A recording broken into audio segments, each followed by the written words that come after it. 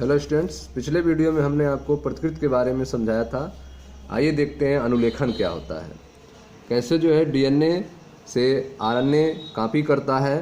ठीक है, डीएनए से आरएनए जो है डीएनए के कोड को कॉपी करता है और उससे प्रोटीन कैसे बनाता है, इसको हम समझने की कोशिश करेंगे। अनुलेखन, ट्रांसक्रिप्शन के बारे में। ट्रांसक्रिप्शन क्या होता है, अनुलेखन क्या होता है, तो ध्यान से आप समझें। डीएनए की एक रज्जुक से, ठीक है, डीएनए की एक रज्जुक से आनुवांशिक सूचनाओं का आरएनए में प्रतिलिपिकरण करने की प्रक्रिया को अनुलेखन कहते हैं। डीएनए के एक रज्जुक से जो भी आनुवांशिक सूचना है वह आरएनए में प्रतिलिपिकरण करने की प्रक्रिया, आरएनए के पास ट्रांसफर हो जाने की प्रक्रिया अनुलेखन कहलाती है। ठीक है, डीएनए के एक रज्जुक से आनुवांशिक सूचनाओं का आरएनए में प्रतिलिपिकरण करने की प्रक्रिया को अनुलेखन कहते हैं। यहाँ भी पूरकता का सिद्धांत अनुलेखन प्रक्रम को नियंत्रित करता है। ठीक है, तो जो पूरकता का सिद्धांत आप पढ़े थे वह भी यहाँ पर लागू होता है और वह अनुलेखन की प्रक्रिया को कंट्रोल करता है, जिसमें एडेनोसिन थाइमिन की जगह पर यूरेसिल के साथ क्षार युग्म बनता है। ठीक है, इसमें क्या होता है, एडेनोसिन थाइमिन की जगह पर क्या रहेगा, यूरेसिल। ठीक है, जिसमें एडेनोसिन थाइमिन की जगह पर यूरेसिल के साथ क्षार युग्म बनता है।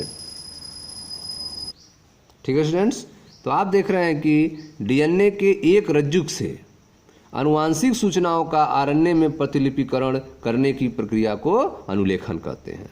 ठीक है, अनुलेखन के प्रक्रिया में भी पूरकता के सिद्धांत का यूज होता है।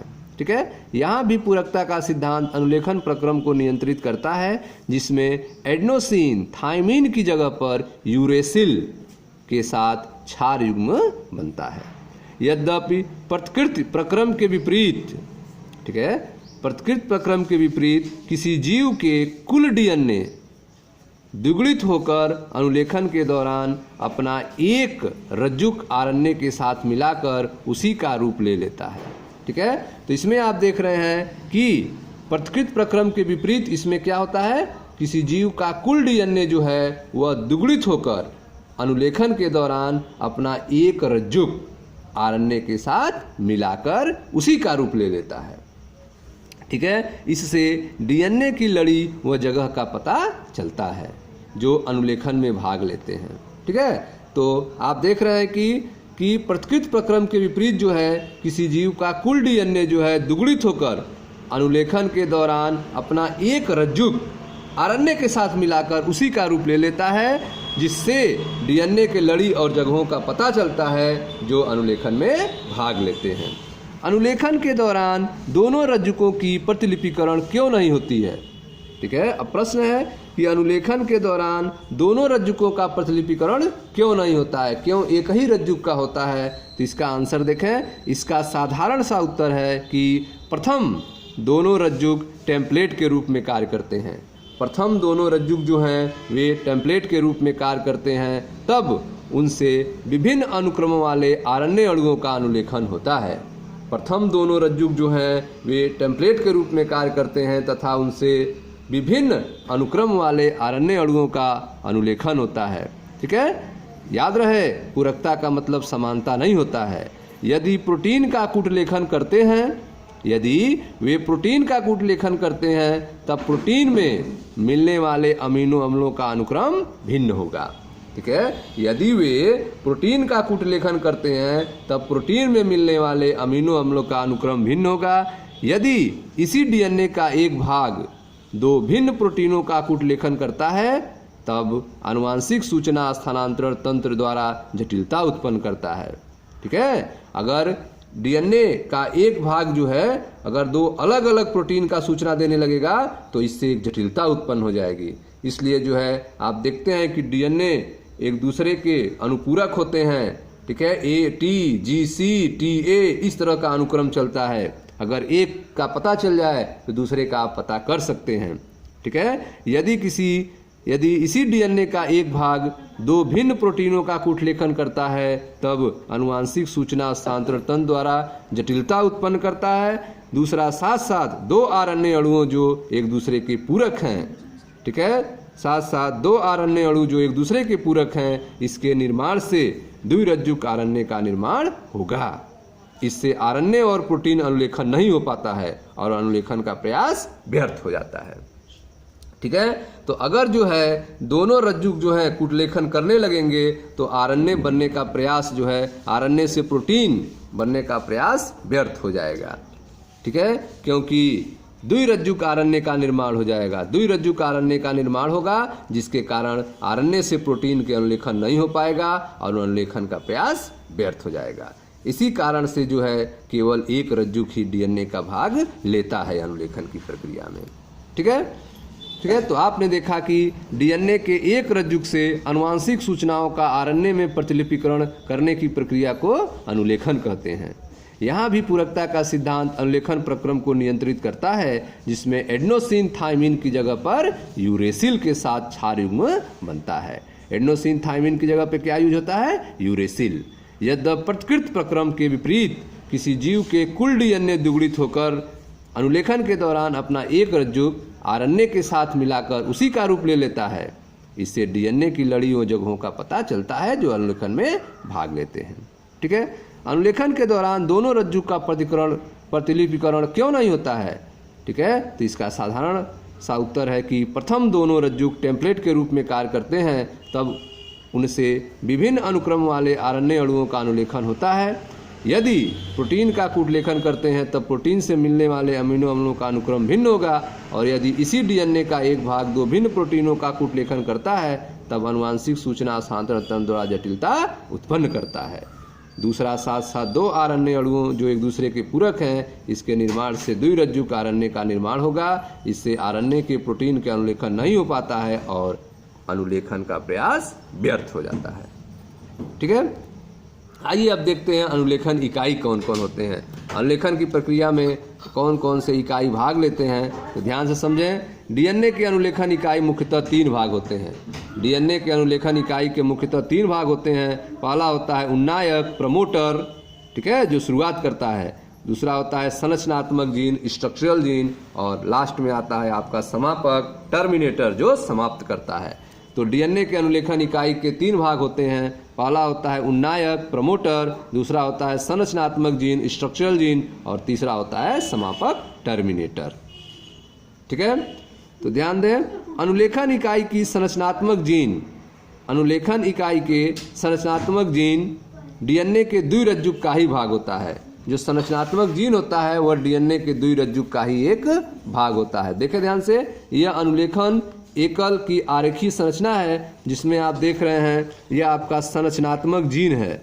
जो संरचनात्मक जीन है जो 3 to 5 डायरेक्शन में दिखाया गया है। यह आपका टेम्पलेट रज्जुक है जो 3 to 5 है। ठीक है, और यह जो है 5 to 3 है जो कोडिंग रज्जुक है। ठीक है, यह आपका कोडिंग स्टैंड है जो है आपका 5 to 3, यह कोडिंग रज्जुक है, और यह है टेम्पलेट रज्जुक। ठीक है, जो इधर से इधर जाएगा तो 3 to 5 है, जो आपका टेम्पलेट रज्जुक है, और यह कोडिंग रज्जुक है। यह आपका प्रमोटर है जो रेड से देख रहे हैं आप, उन्नायक है, प्रमोटर है। यह स्टार्ट करेगा, अनुलेखन की स्टार्ट होगा यहाँ से। ठीक है, उन्नायक है या प्रमोटर है यहाँ से, और यह आपका स्ट्रक्चरल जीन है, संरचनात्मक जीन है। अनुलेखन का आरंभ स्थान है, यहाँ से अनुलेखन स्टार्ट होगा, अनुलेखन का आरंभ स्थान है, और यहाँ से अनुलेखन होते होते यहाँ तक पहुँचेगा तो लास्ट में आप देख रहे हैं यह समापक है। ठीक है, समापक है। जो ही समापक से मुलाकात होगी अनुलेखन होना समाप्त हो जाएगा, बंद हो जाएगा। तो यहाँ से यहाँ तक जो है अनुलेखन होगा। ठीक है, तो आप देख रहे हैं कि अनुलेखन में दो स्टैंड हैं, एक है कोडिंग रज्जू जो 5 to 3 है, और एक है टेम्पलेट रज्जू जो 3 to 5 है। इसमें एक उन्नायक है, ठीक है, प्रमोटर है, स्ट्रक्चरल जीन है, संरचनात्मक जीन है, और लास्ट में आपको मिल रहा है समापक, टर्मिनेटर। ठीक है, तो आइए इनके बारे में देखते हैं क्या क्या वर्क है किसका। तो समझे ध्यान से, डीएनए में अनुलेखन इकाई मुख्यतः के तीन भाग होते हैं, उन्नायक, प्रमोटर, संरचनात्मक जीन और समापक। देखें ध्यान से, अनुलेखन इकाई के संरचनात्मक जीन डीएनए के द्विरज्जुक का ही भाग है। अनुलेखन इकाई के जो संरचनात्मक जीन होते हैं वह डीएनए के द्विरज्जुक का ही भाग होते हैं। चूँकि रज्जुक विपरीत ध्रुवत्व के होते हैं। जो रज्जुक होते हैं उनकी ध्रुवता क्या होती है? विपरीत होती है, अलग अलग होती है। चूंकि रज्जुक विपरीत ध्रुवत्व की ओर होते हैं, इसलिए डीएनए निर्भर आरएनए पॉलीमरेज बहुलकन केवल एक दिशा 5 to 3 की ओर उत्प्रेरित होता है। ठीक है, तो आप देख रहे हैं कि चूंकि रज्जुक जो है विपरीत ध्रुवत्व की ओर होते हैं, इसलिए डीएनए निर्भर जो आरएनए पॉलीमरेज है एंजाइम, डीएनए निर्भर आरएनए पॉलीमरेज बहुलकन केवल एक दिशा में, और वह दिशा होती है 5 to 3 की ओर उत्प्रेरित होते हैं। रज्जुक जिसमें ध्रुवत्व 3 to 5 की ओर है वह टेम्पलेट के रूप में काम करता है। ठीक है, जो 3 to 5 ध्रुवत्व वाला होता है रज्जुक, वह टेम्पलेट के रूप में काम करेगा, और जो 5 to 3 होता है, ठीक है, उस दिशा में बहुलकन का काम होगा, जो डीएनए निर्भर आरएनए पॉलीमरेज के द्वारा होगा। ठीक है, तो अनुलेखन इकाई के सकारात्मक जीन डीएनए के द्विरज्जुक का ही भाग है। चूंकि रज्जुक विपरीत ध्रुवत्व के होते हैं, ठीक है, रज्जुक विपरीत ध्रुवत्व की ओर होते हैं, इसलिए डीएनए निर्भर आरएनए पॉलीमरेज बहुलकन केवल एक दिशा 5 to 3 की ओर उत्प्रेरित होते हैं। रज्जुक जिसमें ध्रुवत्व 3 to 5 की ओर है वह टेम्पलेट के रूप में कार्य करता है, इसलिए यह टेम्पलेट रज्जुक कहलाता है। ठीक है, दूसरी लड़ी जिसमें ध्रुवत्व 5 to 3 वह अनुक्रम आरएनए जैसा होता है। ठीक है, अनुक्रम कैसा होता है उसका? आरएनए जैसा होता है। थाइमिन के अलावा इस जगह प्रवेशिल होता है, अनुलेखन के दौरान स्थानांतरित हो जाता है। तो जो दूसरी लड़ी है वह अनुलेखन के दौरान स्थानांतरित हो जाता है। यह रज्जुक कूटलेखन रज्जुक कहलाता है। दूसरा स्टैंड क्या कहलाता है? कूटलेखन रज्जुक कहलाता है। ठीक है, जो किसी भी चीज के कूटलेखन नहीं करता है, यह केवल कूटलेखन रज्जुक कहलाता है। सभी उपयुक्त बिंदु जो अनुलेखन इकाई में भाग हैं कूटलेखन रज्जुक से बने होते हैं। ठीक है, तो जितने भी उपयुक्त बिंदु हैं जो अनुलेखन इकाई के भाग हैं वह सब किससे बने होते हैं? कूटलेखन रज्जुक से बने होते हैं। उन बिंदुओं की व्याख्या के लिए अनुलेखन इकाई के परिकल्पित अनुक्रम को नीचे दिखाया गया है। ठीक है, उन बिंदुओं की व्याख्या के लिए अनुलेखन इकाई का जो परिकल्पित अनुक्रम होगा उसको यहाँ पे समझाया गया है। जैसे आप देखें, यह टेम्पलेट रज्जुक पर सिग्नल है बेस का, और यह कूटलेखन रज्जुक पे है। जैसे आप देखें, यह 3 to 5 डायरेक्शन में है, 3 to 5 डायरेक्शन पे है जो टेम्पलेट रज्जुक पे है। तो आप देख रहे हैं ए है, टी है, जी है, सी है। ठीक है, यह सब कोड दिया गया है, और ये आपका कूटलेखन रज्जुक है। ठीक है, जो 5 to 3 है। तो ए है, तो ए का उल्टा क्या बनेगा? यहाँ पर टी होगा। ठीक है ना, ए टी एडेनोसिन थाइमीन होगा। यहाँ थाइमीन है तो एडेनोसिन होगा। ठीक है, जी का सी होगा, ग्वानोसिन का साइटोसिन होगा। सी है यहाँ पे, साइटोसिन है तो जी ग्वानोसिन होगा। ठीक है, ए का टी होगा, टी का ए होगा, जी का सी होगा, सी का जी होगा, ए का टी होगा, टी का ए होगा। ठीक है, इस तरह से आप देख रहे हैं रिवर्स बन रहा है। जी का सी, सी का जी, ए का टी का ए, जी का सी का जी, ए का टी का ए, जी का सी का जी, ए का टी का ए, और जी का। ठीक है, ठीक है, इस तरह से आप देख रहे हैं यह आगे चल रहा है। अर्थात एडेनोसिन है तो थाइमीन बनेगा, ग्वानोसिन है तो साइटोसिन बनेगा, साइटोसिन है तो ग्वानिन बनेगा।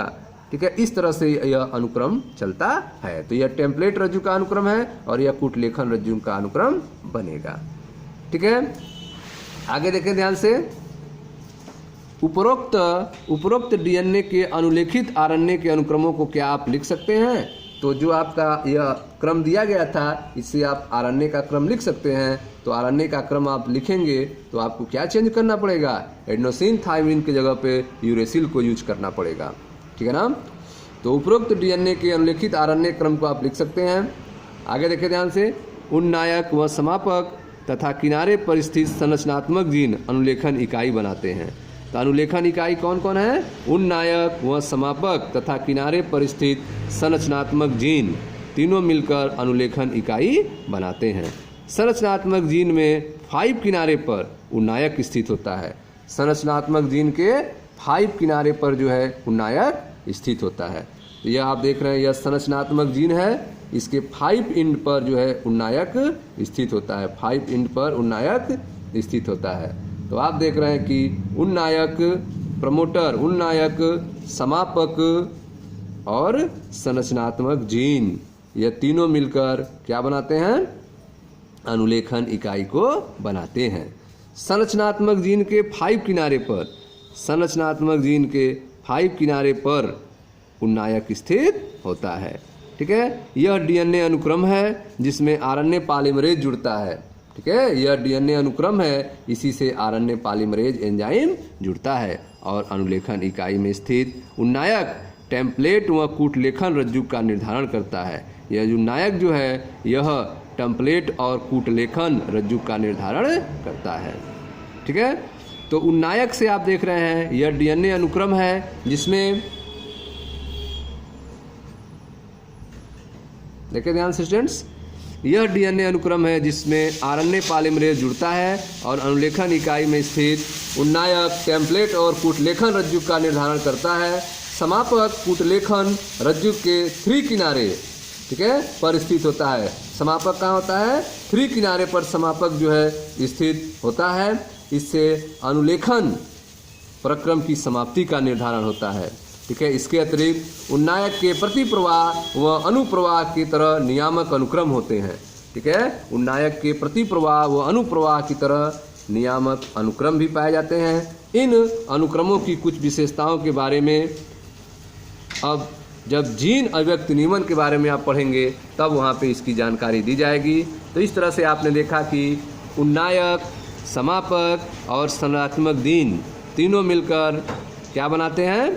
कूटलेखन इकाई का निर्माण करते हैं। ठीक है, अनुलेखन इकाई का निर्माण करते हैं। संरचनात्मक जीन के 5 किनारे पर उन्नायक होता है। संरचनात्मक जीन के 5 किनारे पर उन्नायक होता है। यह डीएनए अनुक्रम है जिससे आरएनए पॉलीमरेज जुड़ता है।